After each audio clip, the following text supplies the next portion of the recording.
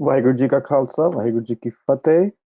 Thank you for joining today's webinar hosted by Sikh Research Institute. My name is Imra Singh, and the webinar will begin shortly.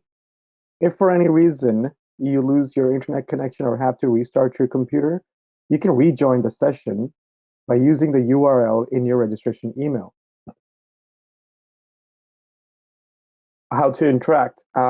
This is the way you ask questions. So if you want to ask your question visually by video and microphone, what you need to do before is go to the top right corner and enable your microphone and your camera on the top right corner. The best way to leave your questions as well is to just leave them in the Q&A section on your chat, which is being shown on your screen right now.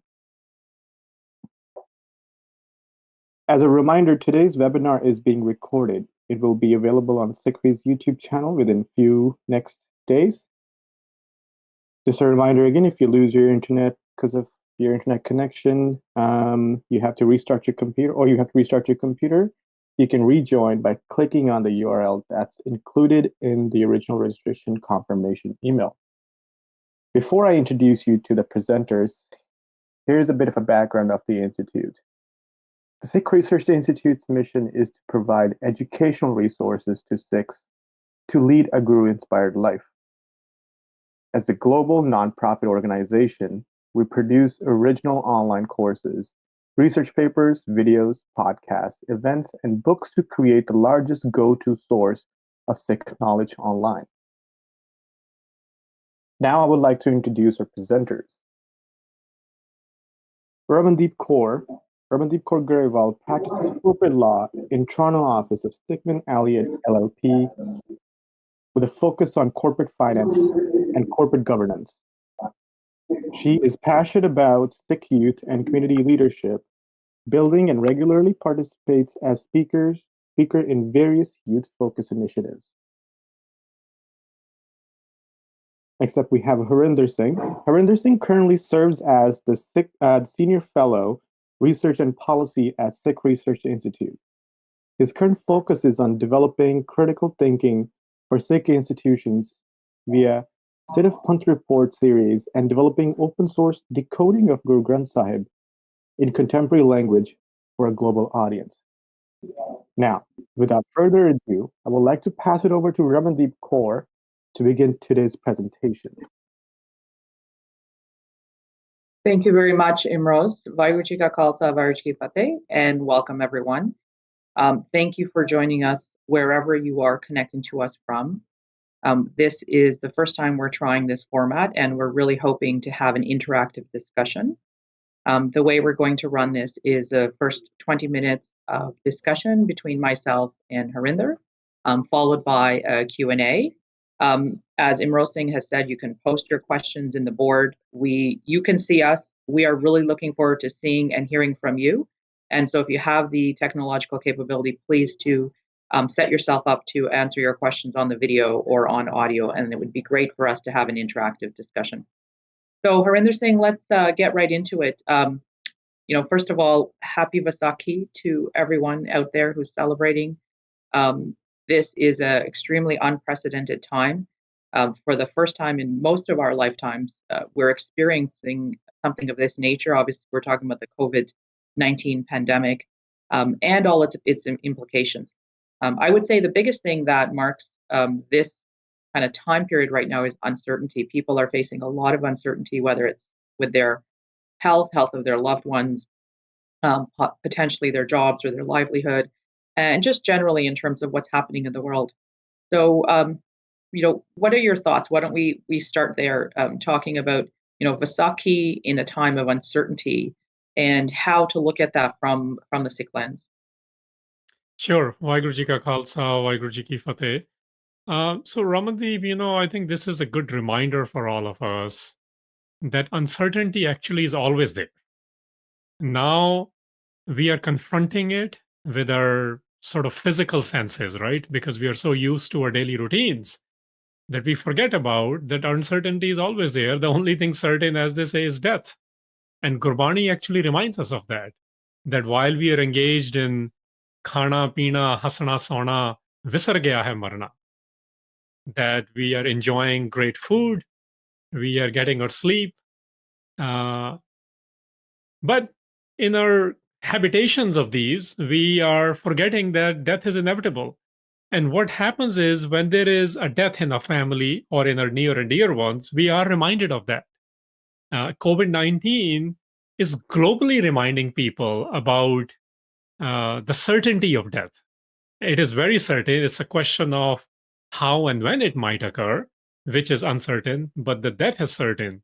And what Guru Sahib has been doing from day one is to confront this fear of death. So I understand the pains we are going through. I understand the mental traumas we are going through, populations upon populations from within their families to the communities to the larger, um, congregations, we can call them in a global sense, that happened in China to now throughout the world. It's very understandable. These pains and these uncertainties are driving us a bit mad. Maybe we are getting on each other's nerves. But the reminder from Gurbani is if we remember and confront this fear of death, then we will always know how to present ourselves. And that's the training which Vaisakhi started for Sikhs. That was the training which Guru Nanak started and Guru Gobind Singh Maharaj culminated. So, in the beginning, all I want to say is that the feelings and the traumas are very real. And what Gurbani does through the training of Shabad, the wisdom within the Shabads, with his wisdom within the words, is it gives us coping mechanisms so we can develop our own coping mechanisms based on the wisdom of the 10 gurus and the Bhagats, the wisdoms within the Guru Granth Sahib. So let's take it from there then, Harinder Singh. For many of us, we had to kind of impromptu figure out how to celebrate and mark Vaisakhi yesterday or today, and I'm sure we'll get into that question as well. So how do we take those learnings and refocus that in a sense of, what do we do in the here and now within our communities or within our families or wherever we happen to be self-isolating, to take something positive out of it, to turn this experience into something that is meaningful from our perspective of marking and celebrating Vaisakhi? Sure.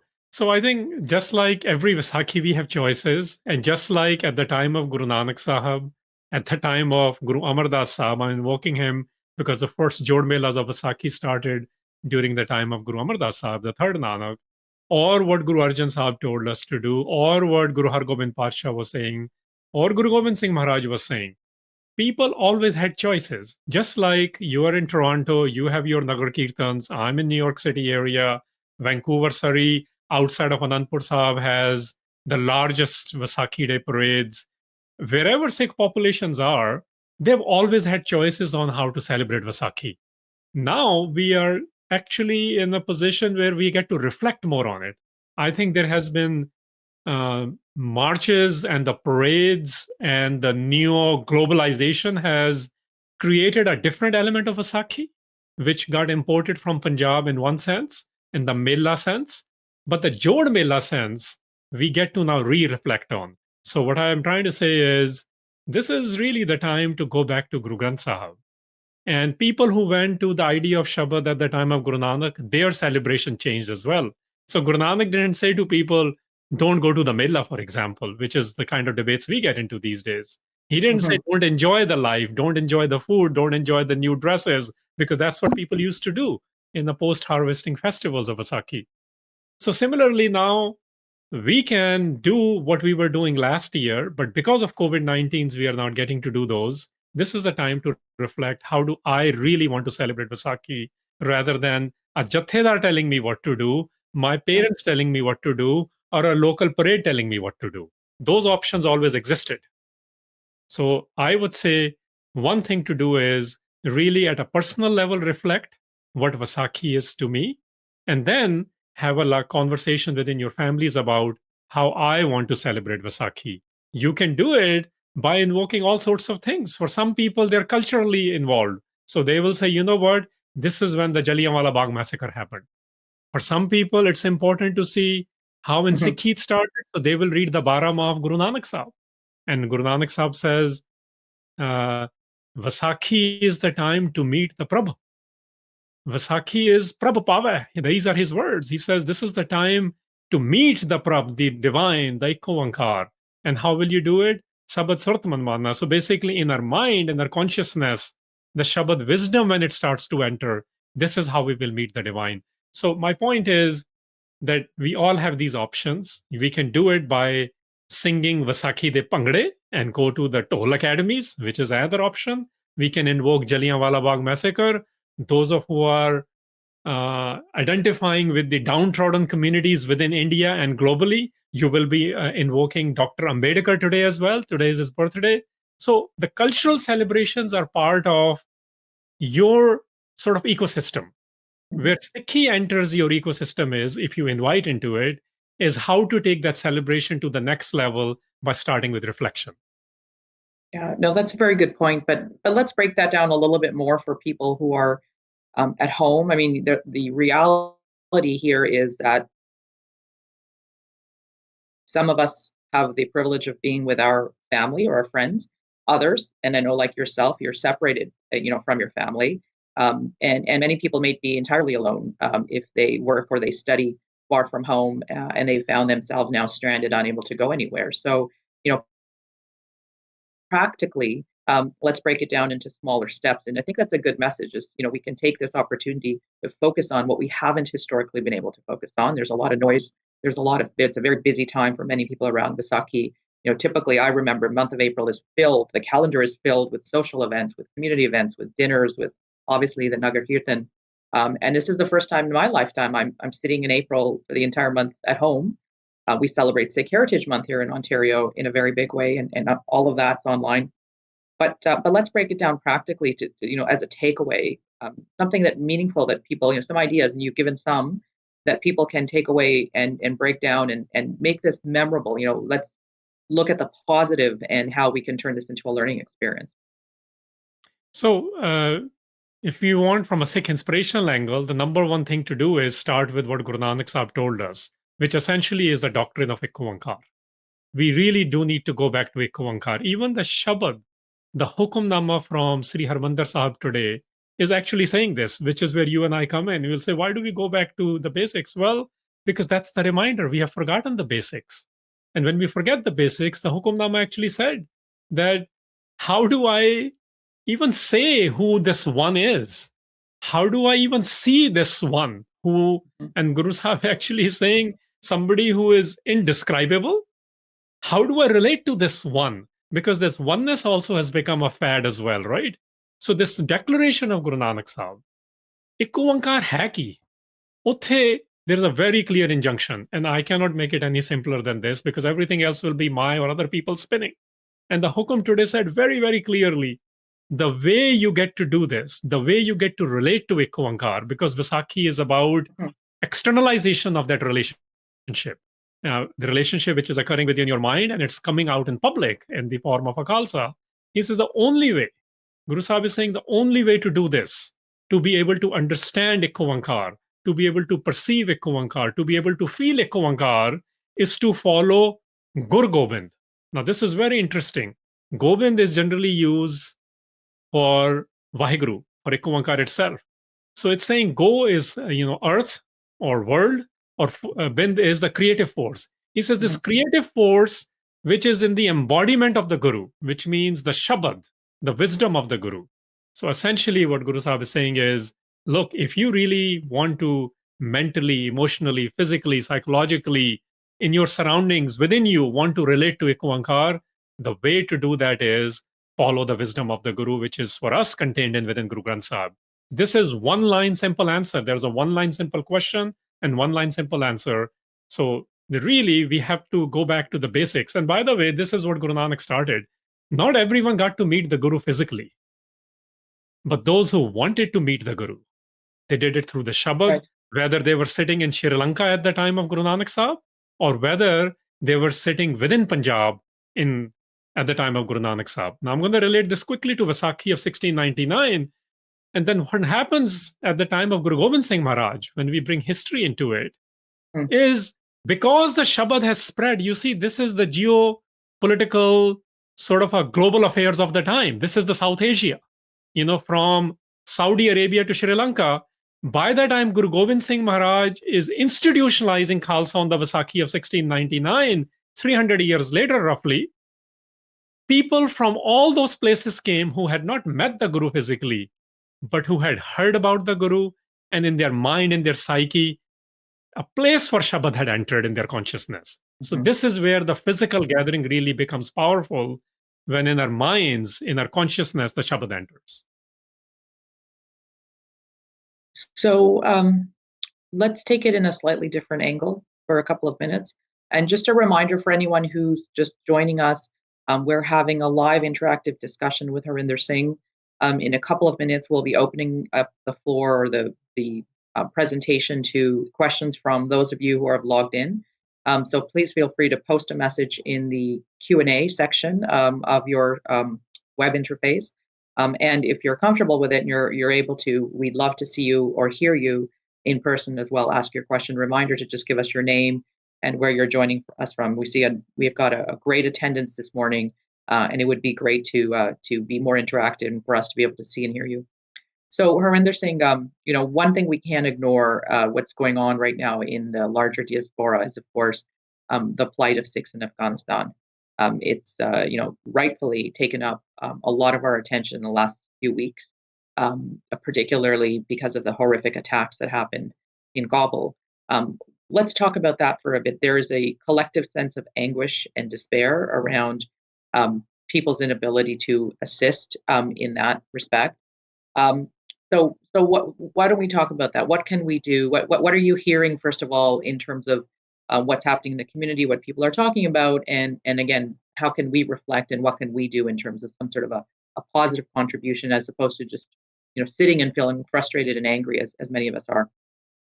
Right. So we will apply from the idea of Vaisakhi again. I want to historically connect what happened in Kabul as well.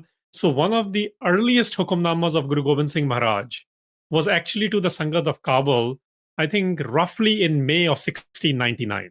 So within a month or so after the Vaisakhi. And the opening line of that hukumnama actually is, Sarbat Sangat Kabul Guru Rakhega. Sarbat Sangat Kabul Guru Rakhega. So it's the early form of Punjabi writing and poetry as well, where Guru Sahib is saying that the collective Sangat, the collective Sikhs of Kabul are protected by the Guru. So I want to invoke that here because, and after there are directions by the Guru Sahib that what to do in your lifestyles and how to live as a Sikh. And eventually the Guru Sahib says that Guru is very happy and pleased with all of you, which means the Sangat of Kabul, which actually started historically from Guru Har Rai Sahib period. Some even say Guru Nanak Sahib period, but for sure Guru Har Rai Sahib period, because their Gurdwaras named after that. By the time, even they had heard about what had happened at Vaisakhi, which means the Sangat was very strong. And you know this, that by the time Raja Ranjit Singh kingdom had been established through Lahore Darbar, this was one of the areas where Afghans were defeated by the Sikhs under Hari Singh Nalwa's leadership. To that Sangat, Guru Gobind Singh Maharaj is giving assurance that Guru is with you. Now, I want to invoke that at two levels. Firstly, those of us who consider ourselves to be part of the Guru Khalsa Panth, the collective Sikh, and which is very important, by the way. So let's not make this into whether I have taken Amrit or not, because one of the early writings regarding Vaisakhi by Kavi Senapat is that Sarbat Sangat is the Khalsa, which means Khalsa term is also used to describe, just like in this Hukumnama, the Sikh collective globally, those who self-identify as Sikhs. So those of us who self-identify as Sikhs, we need to be thinking about what can you and I do in the absence of free Akal Takhts and the right Jathedars and the right systems and the right transparent global organizations. So firstly, at least relate to the pain of what is happening in Kabul and in Afghanistan at large with the Sikhs and Hindus as well. Secondly, what can you do, to your exact question? Well, in the spirit of Vaisakhi, at least mentally connect with them. And if you can do something more than that, then support the organizations who are developing immediate term solutions, which means the reliefs they need, or the ones who are developing mid to long term solutions in terms of those who want to stay in Afghanistan, how to safeguard those rights, those who want to migrate to other countries because of the current situation there, whether it's Canada, and maybe a US model can be developed, perhaps a UK model, a Belgium model, and a German model, because this is where they migrated in last 20 years quite, as well as Indian model. So those who have the capacity to work with organizations to develop a deliberate plan and a funding model which sees through the project, do that. Those who can contribute to it financially do that. But all of us can mentally, at least, and emotionally support the Sangat of Kabul in the name of Guru Gobind Singh, invoking the Vaisakhi of 1699. So, I mean, again, we've used this. I know, in a lot of our friends and family have used Vaisakhi again as a means or a reason to refocus on again, a plight that we've seen before, right? Like you've said, this is not something unseen from a Sikh history perspective, in the sense that we've been here and we've seen this before, and we can take from the our historical precedent how to rally around a cause and provide some sort of a positive contribution. So I think those are all some great thoughts. I'm mindful of the time. We're hitting 11:21. I see a lot of questions coming up on our board. I'm going to now, apologies if we don't get to all of them. And we are trying to work with some of you to get you online. So please work with our administrators in the background who will be contacting you to see if you want to ask your question live. I am going to go to one of the questions that's on the board, Harinder Singh. So we have Jagtar from London, UK, and I think he asked a very good question. So we're going to dial it back a little bit. And he's asked, there's a lot of individuals with very basic or zero understanding of Sikhi. Can you please set the scene and explain what is Vaisakhi? This talk is at a higher level, which is great, but why don't we take a step back a little bit? We have dived right into some very deep issues, but I think that's a very relevant comment for everyone who's joining and might be at a different phase and stage in terms of their journey. Let's remind people what it is we're commemorating and kind of the basics around Sikhs and what it means, what Vaisakhi means to us. Sure. So, by the way, this is not something new in 2020 on April 14th. People at different levels are learning about different things, even in the time of Guru Nanak Sahib. So the idea is, how do you keep building on what has been done? And while the new people are coming into this kafla, and the caravan of revolutions, as Sardar Jagjit Singh called it. So those who are joining the caravan, they get to do their work a little bit because they are excited, like many of us get excited at different points in our life to learn more about it. But at the same time, those who are carrying the caravan forward, they have to keep talking about the next steps. We cannot keep going back to step one for everyone all the time as well. That said, so Vaisakhi in the Punjabi context or the South Asian context is very simple. This was a celebration of a kind. People in Bengal, people in Andhra, Kerala, Buddha's Nirvana happened at this time. So similarly in Punjab, where the project of the Guru Sahib started in 1469, this was a harvesting festival, sort of like a Thanksgiving, you can call it. Not in the puritanical genocide of the native populations of North America, not in that sense of Thanksgiving. Shukrana, when you are thankful to the divine or whatever your belief system was, because this was a post-harvesting festival in Punjab. And when Guru Nanak comes on the scene, he basically says, this is great. This festival is wonderful. We are having these celebrations. We are spending money. It's like getting a paycheck, right? The paycheck used to come twice a year at that time. Yeah. So when you got a big paycheck, you're spending money on yourself, you're spending on your family, you're also doing philanthropy work, and you're also enjoying life. In that sort of a scenario, Guru Nanak Sahib says, but Vaisakhi is also the time to connect with the divine. And if you want to connect with the divine, open up your consciousness to some wisdom. And that kind of a training occurs in Sikh fold. People who were listening to Guru Nanak Sahib worked on that. And by the time Guru Arjan came, which is the fifth Guru, he actually then described Vaisakhi at a next level. He says, well, if you've been training for about 4 generations, are you now prepared enough to commit to this divinity? And he says, Vaisakhi Soni, Sohavi, beautiful. Vaisakhi becomes beautiful to those who are ready to give this commitment, Sant Pe Tehar Soe, which means that they're committing to become the truth exemplars. So this is what Guru Arjan Sahib did. And when that preparation continued for another 4 generations, and by that time, Guru Gobind Singh Maharaj came at the Fort Kesgarh, the blessed fort of uncut hair. That's the literal translation.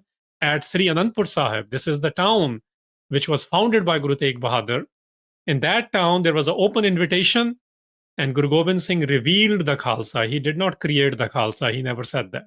No writing says that of the contemporaries and near contemporaries, because the Sikh system believes the process started from Guru Nanak.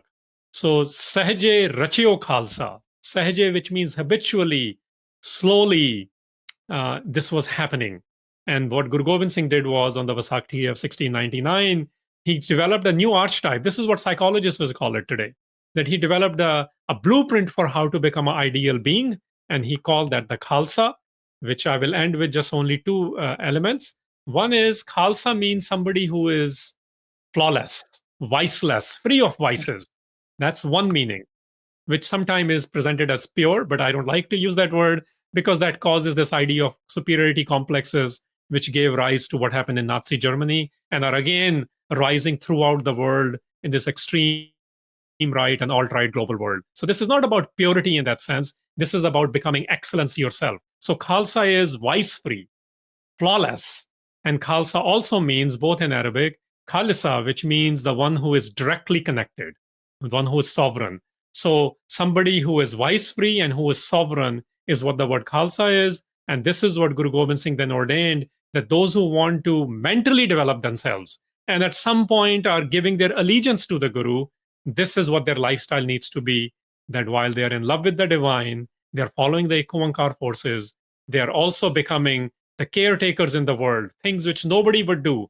They are the voice for the voiceless. They are the arms, are their allies to take care of what ISIS kind of situation was happening in 18th century. And Khalsa did that. Khalsa changed the destiny of South Asia. And Khalsa still, the one who claims to be, needs to continue to work toward this mental connection, physical allegiance, and then working to create organized resistance against all sorts of negativities in this world. So we've got a good question, I think, that dovetails on that quite well from Sharon Gore in Chicago. And she's saying, what are your thoughts on the relevance and importance of Khalsa Panth today? So I know we've touched on that to an extent. But specifically, she says, particularly we face threats related to COVID-19. What do you think our gurus would have wanted us to focus on Vaisakhi and in the coming months with the many challenges that we're facing as a society, even though we can't come together as a Sangha?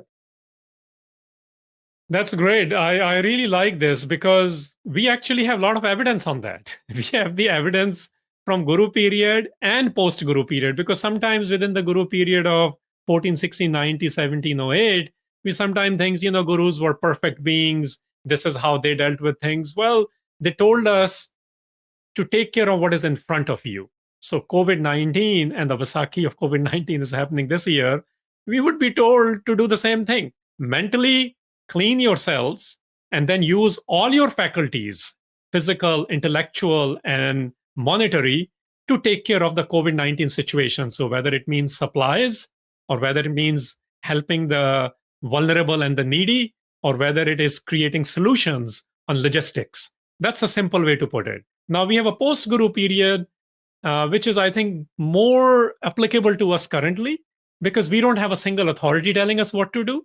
So how did Sikhs do this after Guru Gobind Singh Maharaj left this earth? Well, they used to hold Sarbat Khalsas. And we have from 1699 all the way to 1805, 100 years of data, where depending on the situation, the organized missiles, or you can say today the organized jathebandis or the organizations, those who were in the field, they came together, they discussed the issue, they deliberated on it, and they said, this is what we will be focusing on for the next 6 months.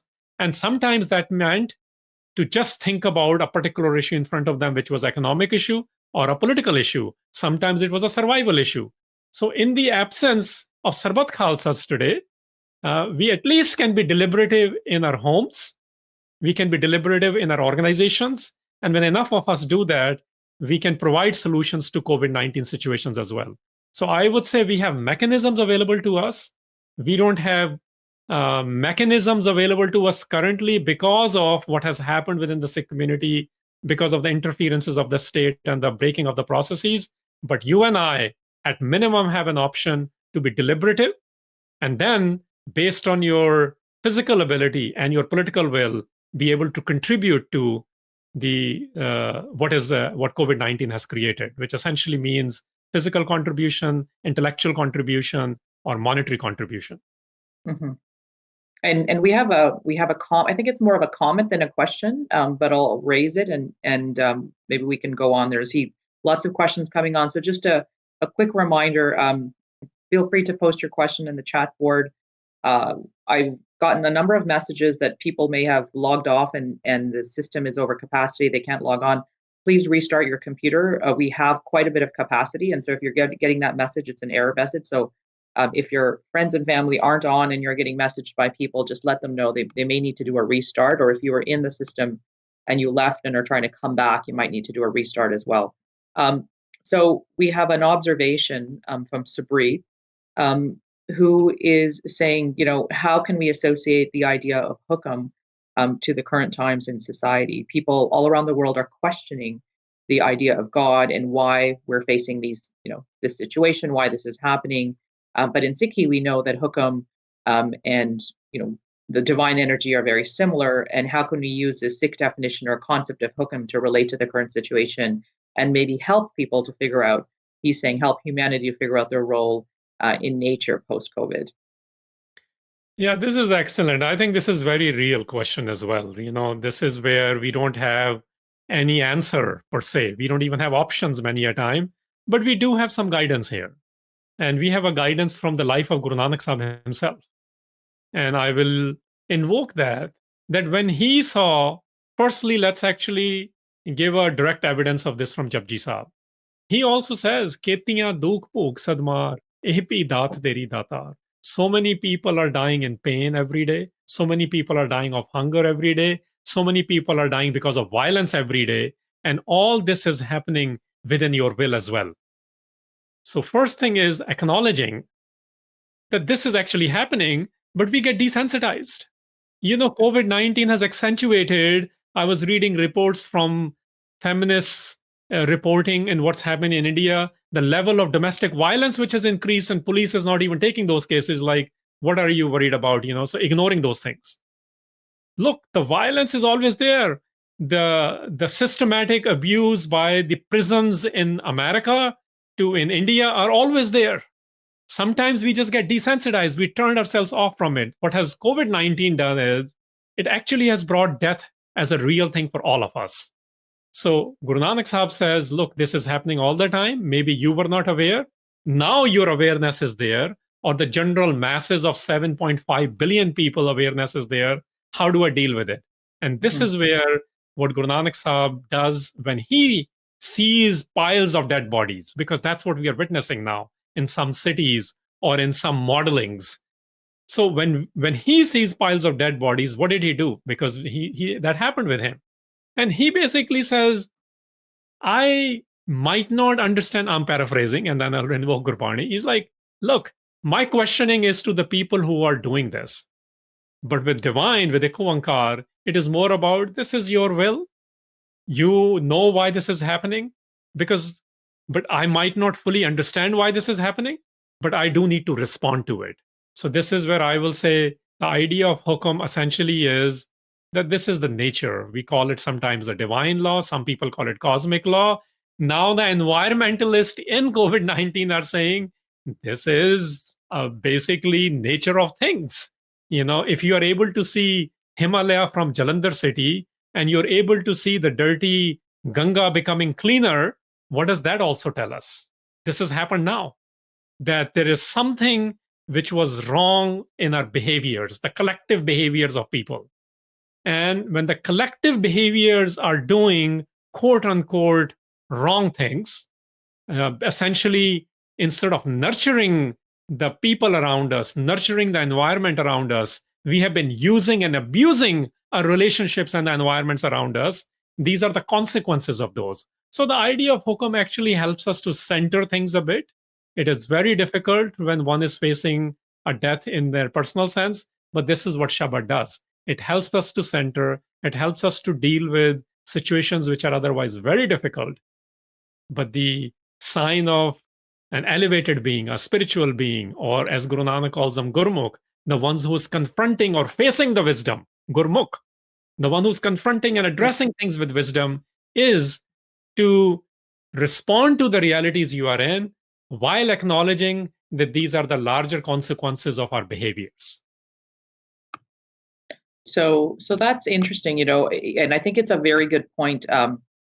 We may have thought in our best, you think trying for the best, thinking that we should be more conscious, we should be more mindful of the way that we use resources around us. But a lot of people might have said, we just can't do that. The economy will come to a standstill. We can't impose these kind of restrictions on companies. We can't impose these kind of restrictions in our personal lives. But it's interesting, in almost an instant, we've all had been forced to do without many things that we thought we couldn't do without, to learn new skills, and to really reconsider maybe the way that we were living our lives, and as you've said, kind of maybe abusing and taking advantage of what we have around us, particularly when it comes to nature, and other types of resources and facilities. So it's a good reminder, and a stark kind of a lesson, that there's always a way to stop and start living in a slightly different way. So we have a comment from Parmjeet Singh from Victoria, BC, who's saying, we started out by saying COVID reminds us that death is inevitable, and we've touched on that in the last question as well. And he says, I think everyone knows that this is the case, that death is inevitable. Is it not more a cautious reminder about personal and social collective ego? Gurbani reminds us that this, ego is a sickness, and we need to reflect upon the industrial and technological progress we're making and wish to challenge, in which we may be challenging of Galbraith's Hukam. What do you think? Is it more about ego and less a reminder about death being inevitable? I think this is a very fair question as well. And some of us have luxuries to get into the psychological elements of this, which is where this is going. Look, Guru Granth Sahib is very clear on this. Gurbani is very clear on this, that we are all full of illness. Jojo disa so rogi. Rog rahat mera Satgur Jogi. The real yogi, not the yogis we are seeing these days, or even at the time of Guru Nanak Sahib. Gurbani is redefining a yogi. Yogi is the one who is actually connected. He says, Satguru, the eternal wisdom, is the real yogi, is really connected and is disease-free. So disease-free means that rest of us are diseased. And all of us have certain diseases. Some of those are physical ailments, but most of us have mental ailments as well. We are, I jokingly say to people sometimes that we are all somewhere between neurosis and character disorders in that spectrum. But some of us also have clinical depressions. Some of us have many mental sort of traumas, and and many of them get accentuated with disabilities as well. We need to acknowledge all that. Yes, we all have these diseases, and the Gurbani's answer to do this, not for the clinical things, we need to get psychological and psychiatric helps for those, but Gurbani's answer for all of us, in order to get rid of this illness of ego, it also says daru bhi isma hai, that the remedy for this, the antidote of this sickness, is also within it, which means it is asking us to reflect. And kirpa kare je apni. Kirpa is again grace. Do you feel the grace? So Gurbani's reminder is, yes, we all have these illnesses, including of ego. And if you want to get rid of this illness of ego, it requires us to do pilgrimage within. It requires us to live a life of introspection. And some of us don't have that luxury because of our conditions. But those who are having this and have privilege to do this, please do internal pilgrimage. And those who are not able to do it, understand that they are not able to do it, maybe facilitate so they are able to do that. And this would be one of the responses from Guru Granth Sahib. So, Kay from Toronto has an interesting, more specific, I guess she's going deeper into this very concept of, how do we reflect on our personal feelings, and where do we turn to in terms of inspiration from Guru Granth Sahib when we may not know, exactly, where are we looking and what inspiration? And I'm going to paraphrase her question. And she says, however, what I'm asking is something more venerable. I'm looking for something in Siddhi Guru Granth Sahib Ji which might provide an example of where the Gurus really gave permission for the vulnerable human embodiment of pain, loss, grief, and fear. So, I think she's articulating something that a lot of us feel. We know consciously that we are to accept Hukam. We understand this concept. We are forcing ourselves, we're forcing our minds to stay positive and to, take enlightenment from Guru's lifetimes and from history. But can you give some examples of some banis and shabads, and maybe some particular, we talked about some historical context, things that people can turn to say, I see myself in that and I relate to that? Sure. So I will use one very popular Shabads, which I have seen people sharing during this COVID-19 times, including Punjabi Bollywood singers singing it. So, which means it is in our psyche. And I think that's something we need to celebrate as well. So, when traditionally people used to sing, Chaugird Hamare Ramkar Dukh Lage Na Paye. So, Chaugird Hamare Ramkar, this idea that I feel the divine is around me and the dukh, the pain will not bother me, which is very different than that pain will not be there. Pain is always there. We are all in pain. So this is not about becoming numb. This is not about becoming immune from pain. Guru Sahib says the pain is always there. Remember how do you confront this pain? How do you deal with this pain? And there it says that you feel that the divine force, the Ikovankar, Ramkar, the charmer has created this boundary around you. So the pain, when it enters you, you are equipped to deal with this pain. Now, I say it this way because you look at the time of Guru Harkrishan Sahib during epidemic at his time serving the community of Delhi.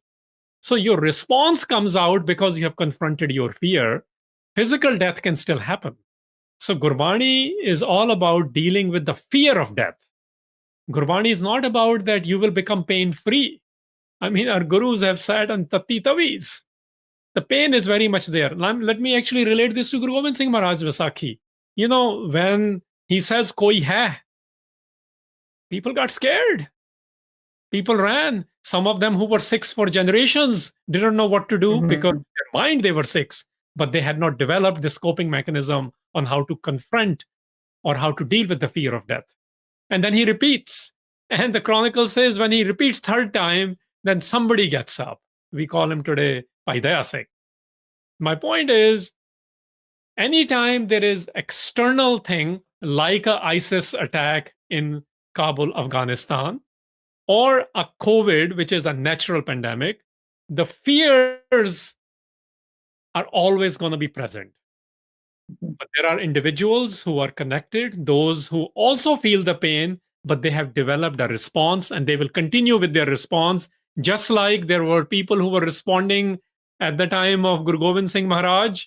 Not everyone stood by him. There was a time to go fight a battle, his very first battle, because at Battle of Pangani, many Sikhs did not join him.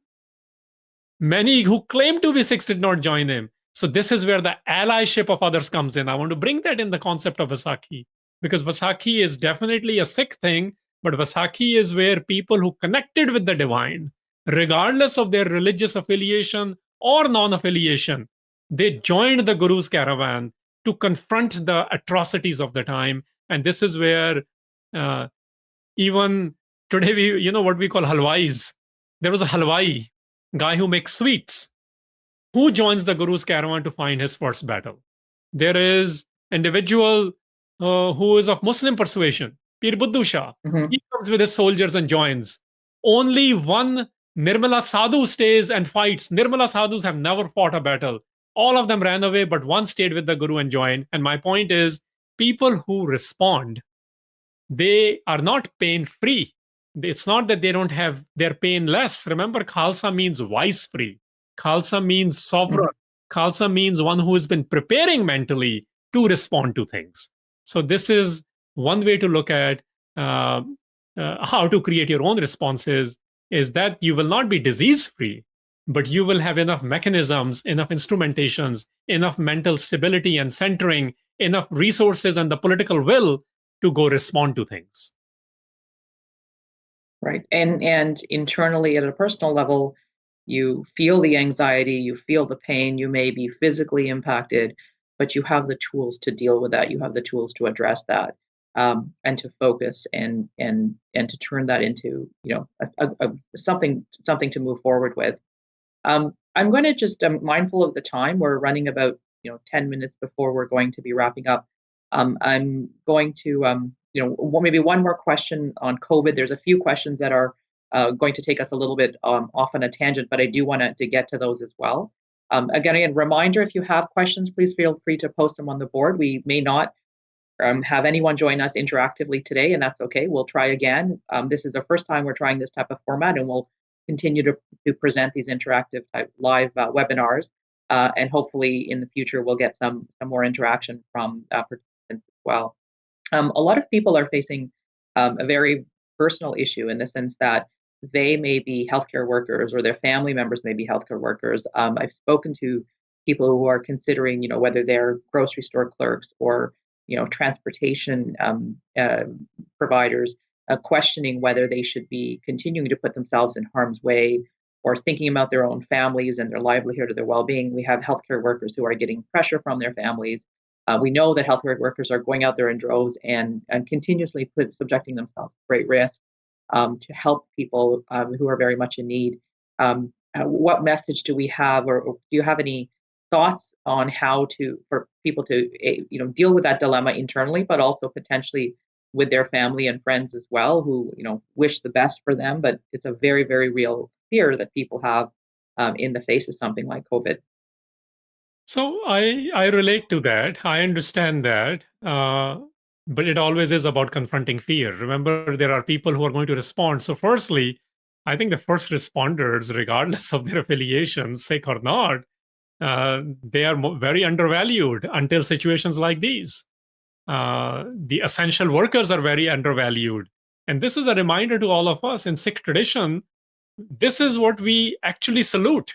But somehow we forget when we talk about paikanayas, people who do langars, people who provide rescues to women who were being subjugated. Today, this will be modern slaveries. This is what we celebrate in our history. The things which nobody would do, things which the world was afraid to do, we created the new trends on how to do it. So that's a reminder. Now, next thing is, those who are providing these services, this is our time to support them rather than tell them not to do it. Because that's their choice. We all have our choices. If they have the will and the ability, and some of them have taken oaths to do this, then this is what they do. And if we are worried, it's understood. But let's support them. Maybe send them a care package. Maybe send them a nice message. If you believe in the power of prayer, do that prayer. If you believe they need an extra gown on the masks, order it for them. If it's costing you $100, do it. So my cousin was going through this in ER a couple of days ago, a week ago, in New Orleans. And this is what some of the family members were discussing as well. But the individual is making a conscious choice. And if they have the will and ability, and they are not vulnerable, and they're choosing to do this, more power to them. And those of us who are not able to do it, support in the best possible way, while addressing your own feelings of fear of losing them. It's very real feeling, but we must support those who are serving in the truest sense of the word. Yeah, so taking your fear and your genuine concern and again, turning it into something positive that supports them in their commitment as opposed to creating more of a struggle. So I'm going to it's a bit of a segue, and we have a question on the board from a while, but I think it's a relevant and it's an important question and maybe a good one that applies generally to all of our webinars and our content. Manjeet Singh is asking, thank you for this program. I struggle with the idea that we need to teach Punjabi to our next generation so they can become good Sikhs, they can become Sikhs. Whereas I always think that Guru Granth Sahib Ji is there to guide the whole world, and we're responsible to explain it to those who cannot read and understand Guru Granth Sahib Ji in Punjabi or Gurmukhi. And maybe I'm going to add a little my own question. So we're running this program in English predominantly, and I know we often get asked about either bilingual programming or whether we shouldn't also focus on, at the same time, encouraging people to learn and adopt more discourse in Punjabi and learn Gurmukhi directly. So do you want to comment on that? Absolutely. I'm going to invoke the spirit of Vaisakhi again. Remember, 5 volunteers who got up, only 1 was from Punjab, which means the access of the Shabad was created for different cultures and different languages, which has traveled to different regions without internet. So think about that for a second. So in 10 generations from Guru Nanak period, and by the time the Shabad was institutionalized in Adi Granth, which is Guru Arjan period, by the time is Guru Gobind Singh Maharaj, which is the 10th Guru Nanak, the access of the Shabad had been continuing, it had been documented, it had been taught and interpreted all the way from Saudi Arabia to Sri Lanka. This is very important to understand, which means in 2020, we need to put a lot of focus on creating the access to the Shabad, which Institute is doing its part and other organizations are trying. Secondly, at the same time, there is Rahatnama is available to us. In order to interpret, in order to create an access to the ideas of Gurbani, you must understand it in the original, right? Because this is saved. This is what Guru Arjan Sahib says, Pyo Dade da khol dittha khajana, that I'm leaving you this gift for humanity, which are my ancestral assets. So those who want to create this access don't have a choice but to learn the languages of Guru Granth Sahib, which is not just Punjabi, but Punjabi is relevant because it is probably a third of it is in Punjabi. So Gurhatnam is also say, Gurmukhi Akhra nu sikhao. Gurmukhi Akhar jo hai pai, sing ante sikhan jai. And Guru Nanak Sahib himself has written that. He has a bani called Patti Likhi, where he says, here is the name of a letter. Here is how its pronunciation is. And he utilizes all of those letters and tells us that this unique script was then, Guru Angad Sahib took this unique script, which accommodated various languages phonetically. So the simple answer is this. Learn the alphabets of Gurmukhi, which is not necessarily same as learning Punjabi, although Punjabi is relevant to us. Also learn how to create access for those who do not have access to the Gurmukhi script. Show them how to do it. And those who don't have any access to the script itself, study yourself harder, learn the language, learn the aesthetics, learn the vocabulary, learn the idioms, learn the musicology, learn the aesthetics, and then experience that now. This is very, very important. Just learning won't cut it. One must experience the Naam. Those who experience the Naam will be able to create better accesses. Otherwise, we are reducing Sikhi to another fear-like thing, another organized religion, another ism is what we have done, which is a disservice, which did not happen within the Guru period or in the 18th century. There were disagreements on the practice of Sikhi, but there was clarity on the responses, which is what I'm after. So if we want clarity on those responses, we have to go back to experiencing the Naam, which is the culture which Guru Granth Sahib produced through the lives of the Gurus. And those who experience this Naam, even they did not fully get it, even if they fully were not immersed in it, they were the ones who were ready to become volunteers on the Vaisakhi day of 1699 because they had heard about it. It had entered their consciousness to some level and they became Panj Pyare. They became the 5 lovers. So lovingly experiencing Naam, learning Naam becomes another point of Vaisakhi if you want to become a responder from a Sikh tradition. So, and again, thanks for that. We got a couple of minutes before we're going to wrap up. There's a lot of questions on the board. I'm trying to manage through them without going off on too much of a tangent. We've got a couple of two, related comments here. Manjeet Singh a while ago had noted that from Seattle, Washington, that he just had a comment that they're celebrating Vaisakhi in Seattle. He said, we're having an online divan today where local Sangat members will be doing and listening to Kirtan, which I thought was interesting because more so than ever, rather than relying on the gurdwaras and the community organizations to put on a big celebration for us, we've had to do something for ourselves. We've had to figure out very quickly what do we do with the kids, what do we do with the family, how do we connect and become more resourceful and potentially learning some new skills along the way. But Jagdish Kaur is asking a related question, and she's joining us from London. And she's saying, can you share some tangible ways Sikhs around the world are using technology to connect to the Sangat and the Guru at this time? I know there's live Sikh events, families reading Vedas on Zoom. What are other examples you've come across to connect using technology?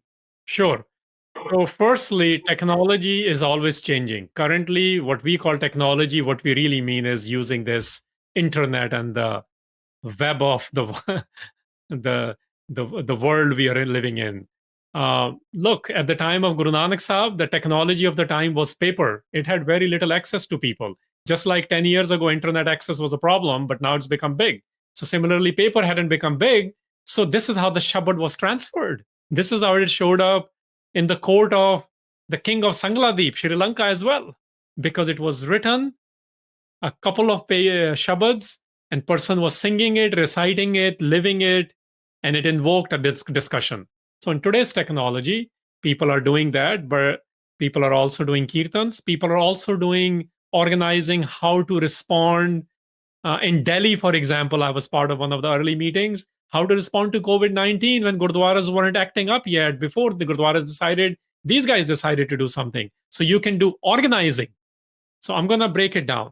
You can do what we call traditional sangats by doing kirtans, parts, and discussions. You can do lectures, seminars, webinars. That's one element. That's all part of learning and development. Then there is organizing, which can happen. I know organizations from London to West Coast of America and all over the world are also organizing activities beyond learning, which is how do we respond to COVID-19, to how do we respond to Save Afghan Sikhs campaign, and things of that nature. So those are the two criteria. Those are the two ways we can use technology, but be very wary of this. Just because technology exists, just because paper existed, doesn't mean they'll be used only for the betterment of Panth and for Chardi Kala of the Panth or the Sarbat Pala.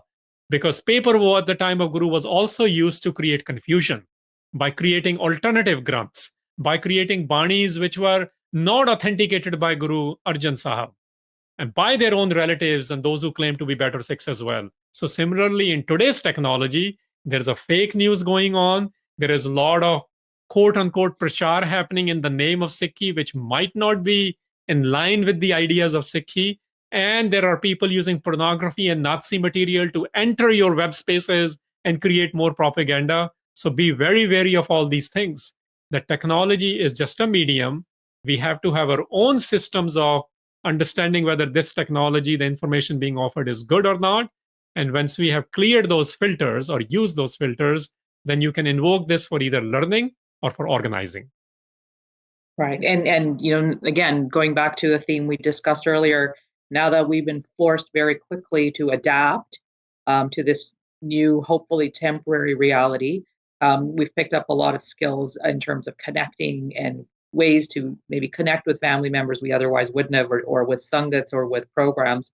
And, again, focusing on what works for you and what works at a personal level, but also, being resourceful. There's a great deal out there. So again, to Sharnkar's question, there's we're seeing a lot of creativity in terms of what people are doing, using the technology that's available to connect with the Shabad and to connect with the Guru. And this is this is our attempt of bringing this live webinar to you using technology to have an interactive discussion.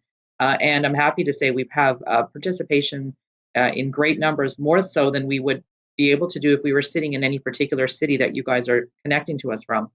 We've got people all over the world connecting. And so I'm going to take the last question and ask you to close, Harinder Singh, because it's 11:58, and I think this is a good closing question. And Sharnkar from Chicago is asking, do you feel the message of Guru Gobind Singh Ji would be the same today as we celebrate Vaisakhi, given the current circumstances?